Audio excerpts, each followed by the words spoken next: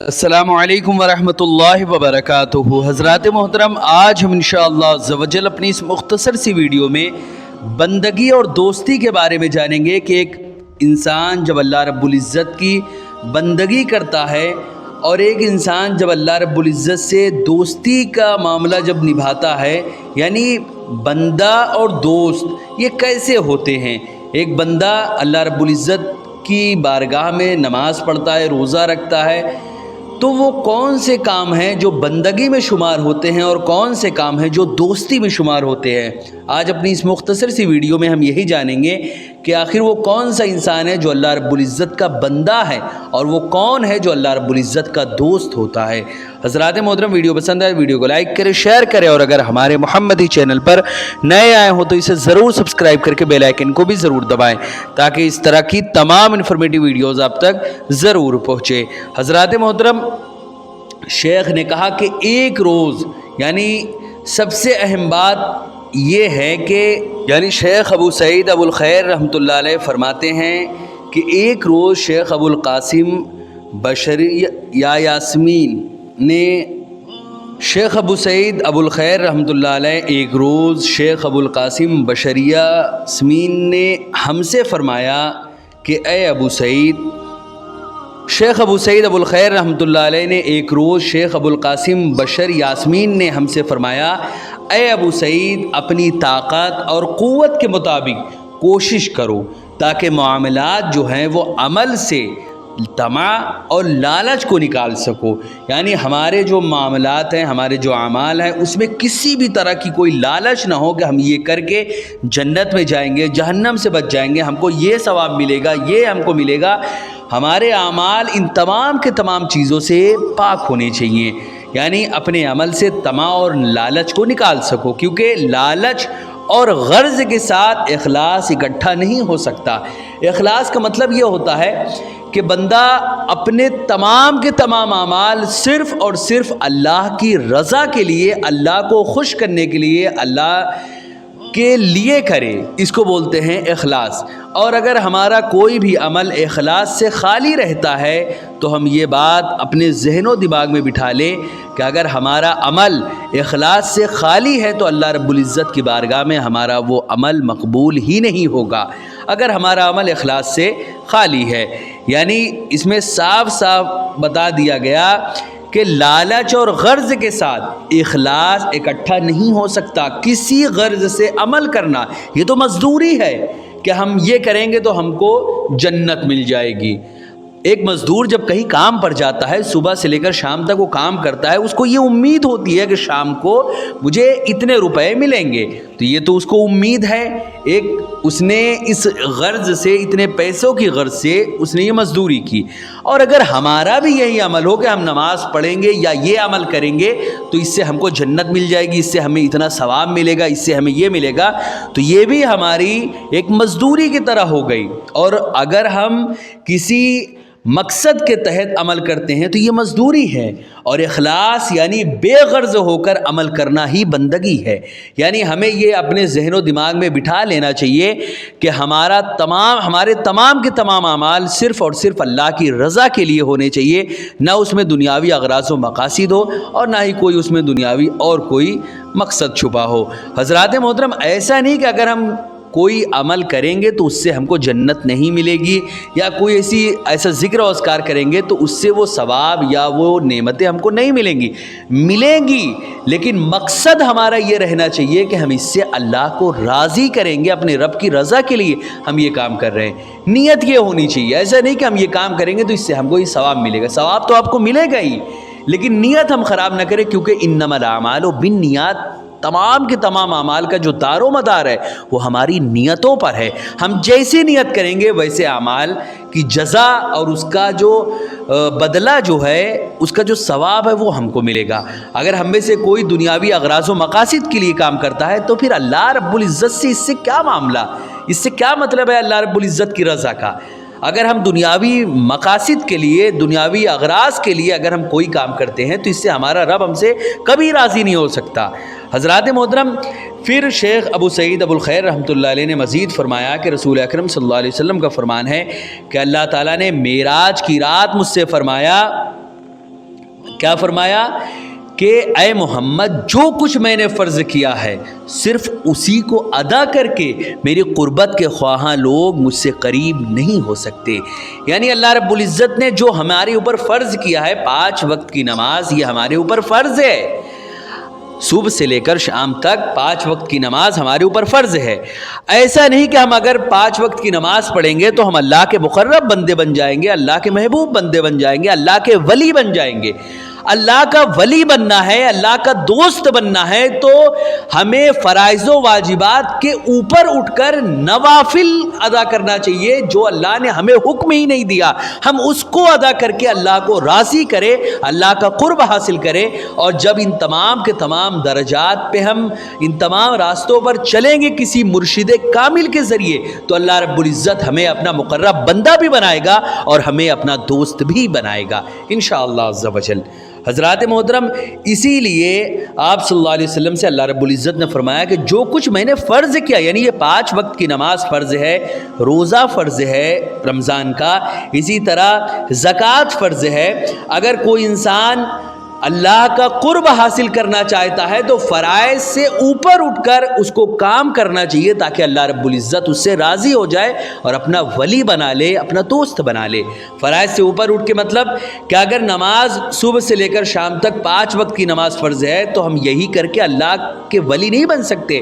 ہمیں اللہ کا ولی بننا ہے تو راتوں کو جگ کر اپنی نیند کو قربان کر کے تہجد کے ساتھ ساتھ قیام اللیل ہمیں کرنا ہے، رات بھر ہمیں عبادت و ریاضت میں گزارنا ہے۔ اور رات بھر ہم نہ عبادت کر سکے تو کم سے کم جتنی عبادت کر سکے رات میں، جس سے ہمارے کام میں یا اور ہمارے دنیاوی کاموں میں ہمارے کوئی فرق نہ پڑے، اتنی دیر تو ہر روز ہمیں رات میں عبادت کرنا پڑے گا۔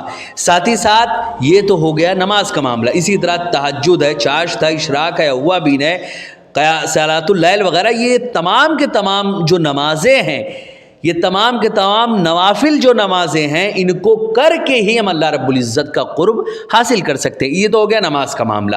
اسی طرح روزے کا معاملہ، رمضان کے روزے فرض ہیں، لیکن کیا رمضان کے روزے ہم رکھ کے اللہ کے ولی بن جائیں گے؟ کبھی نہیں۔ رمضان کے روزے تو فرض ہیں، وہ تو ہم کو کرنا ہی ہے، لیکن اگر اللہ کا ولی بننا ہے، اللہ کا مقرب بندہ بننا ہے تو ہم 1-2 نہیں بلکہ برابر ہم روزے رکھیں، وہ بھی صرف اور صرف اللہ کی رضا کے لیے، اس لیے کہ میرا مولا مجھ سے راضی ہو جائے، اس لیے ہم روزے رکھیں۔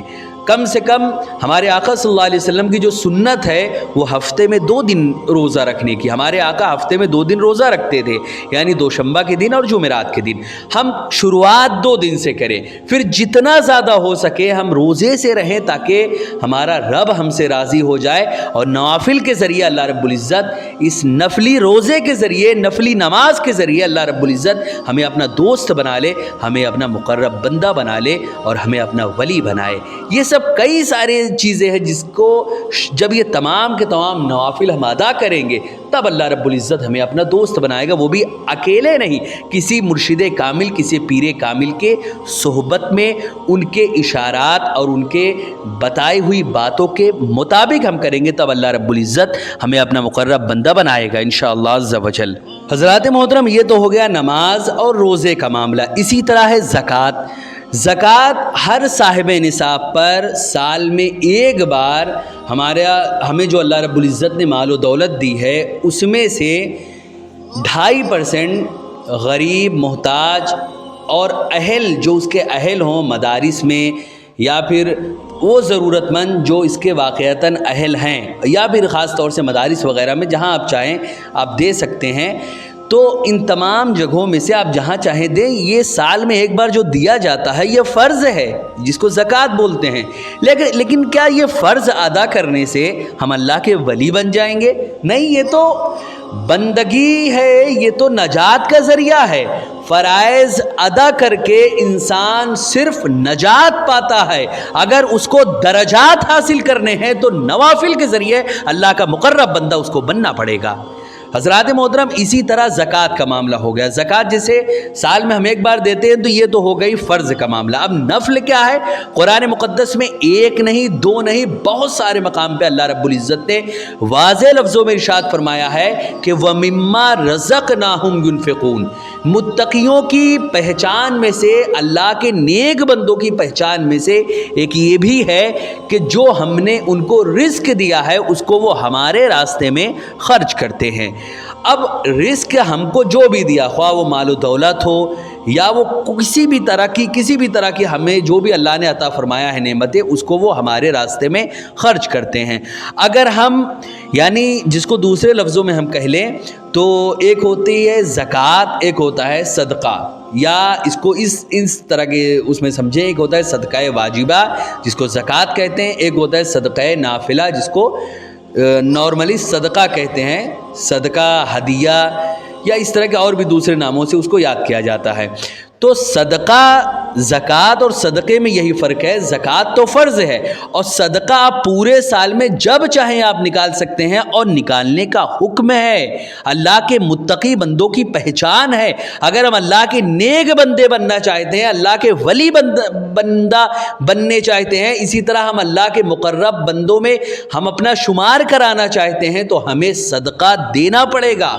ہم مدارس میں اسی طرح ہر وہ جگہ، ہر وہ انسان جو ضرورت مند ہے، اللہ کی رضا کے لیے ان کو ہم دیں اور اللہ کی خوشنودی حاصل کریں اور اللہ کی رضا حاصل کرتے ہوئے نظر آئیں. اسی طرح یہ تو ہو گیا زکوٰۃ.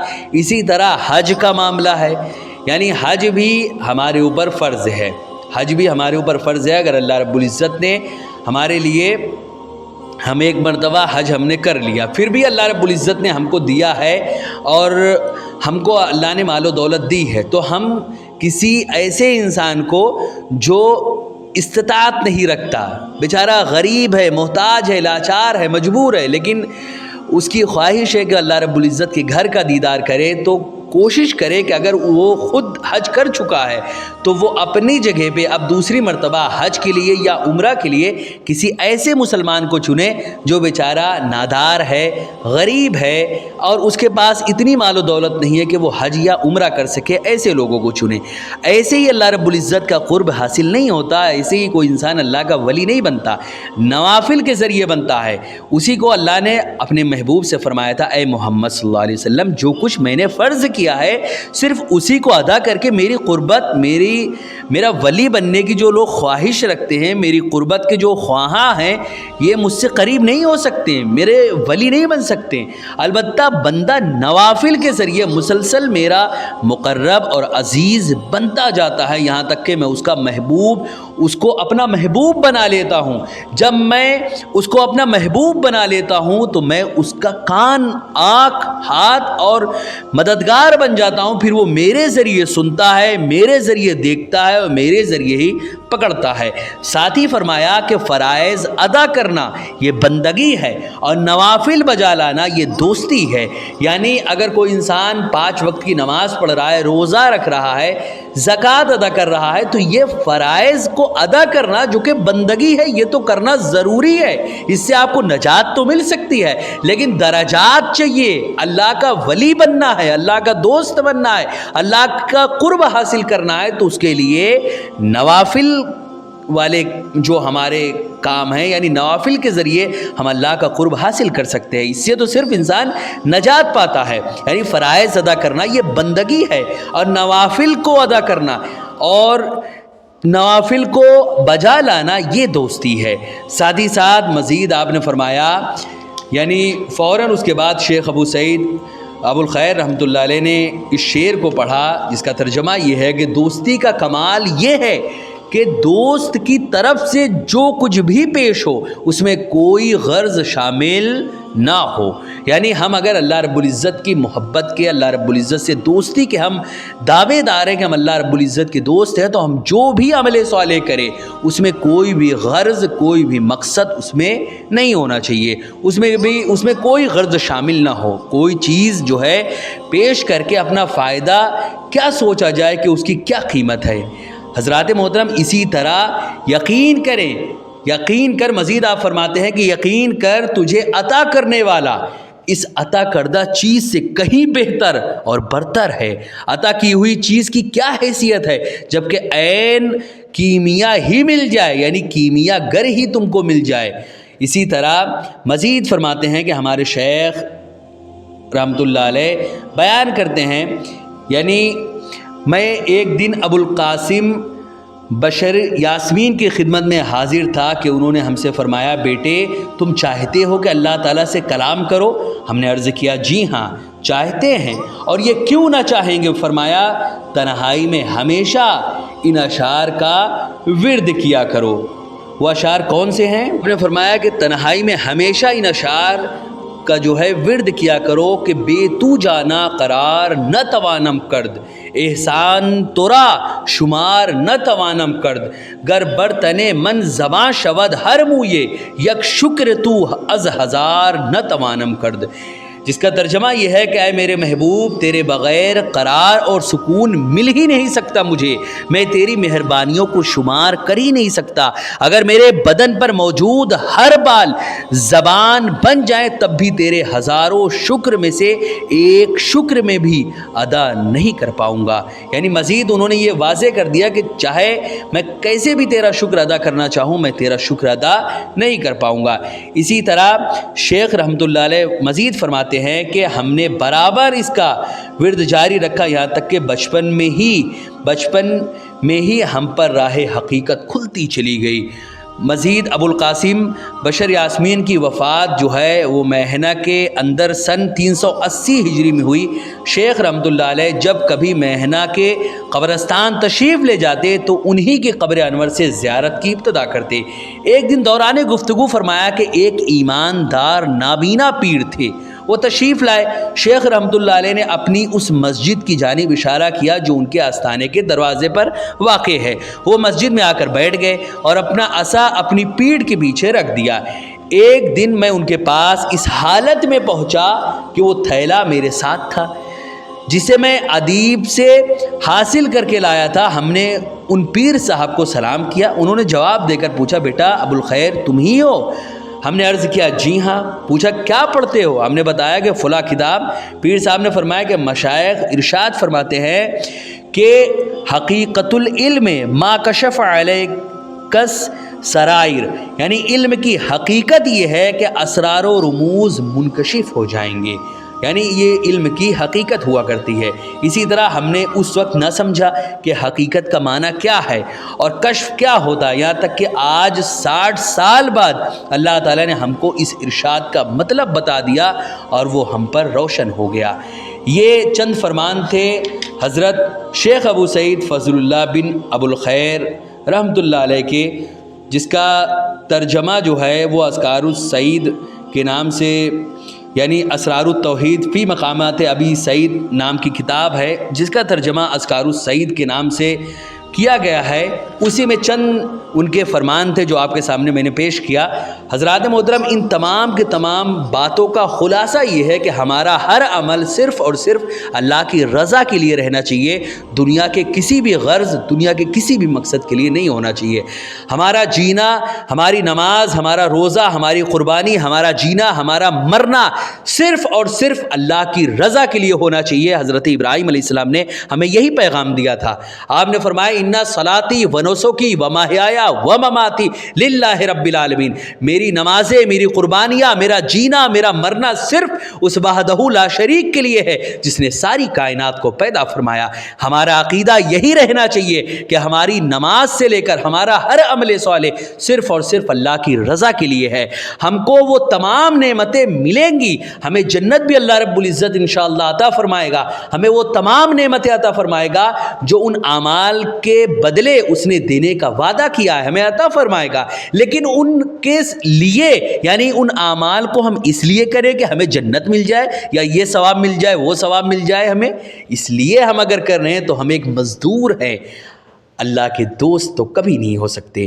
حضرات محترم، ویڈیو پسند آئے تو ویڈیو کو لائک کریں، شیئر کریں، اور اگر ہمارے محمدی چینل پر نئے آئے ہوں تو اسے ضرور سبسکرائب کر کے بیل آئیکن کو بھی ضرور دبائیں تاکہ اس طرح کی تمام انفارمیٹیو ویڈیوز آپ تک ضرور پہنچے۔ آپ سے گزارش ہے کہ ہمارے چینل پر جتنی بھی ویڈیوز ہیں آپ خود بھی دیکھیں، اپنے دوستوں، احباب، رشتہ دار اور ملنے جلنے والوں کو بھی ضرور شیئر کریں تاکہ ثواب جاریہ کی صورت میں قیامت تک آپ کو اس کا ثواب ملتا رہے۔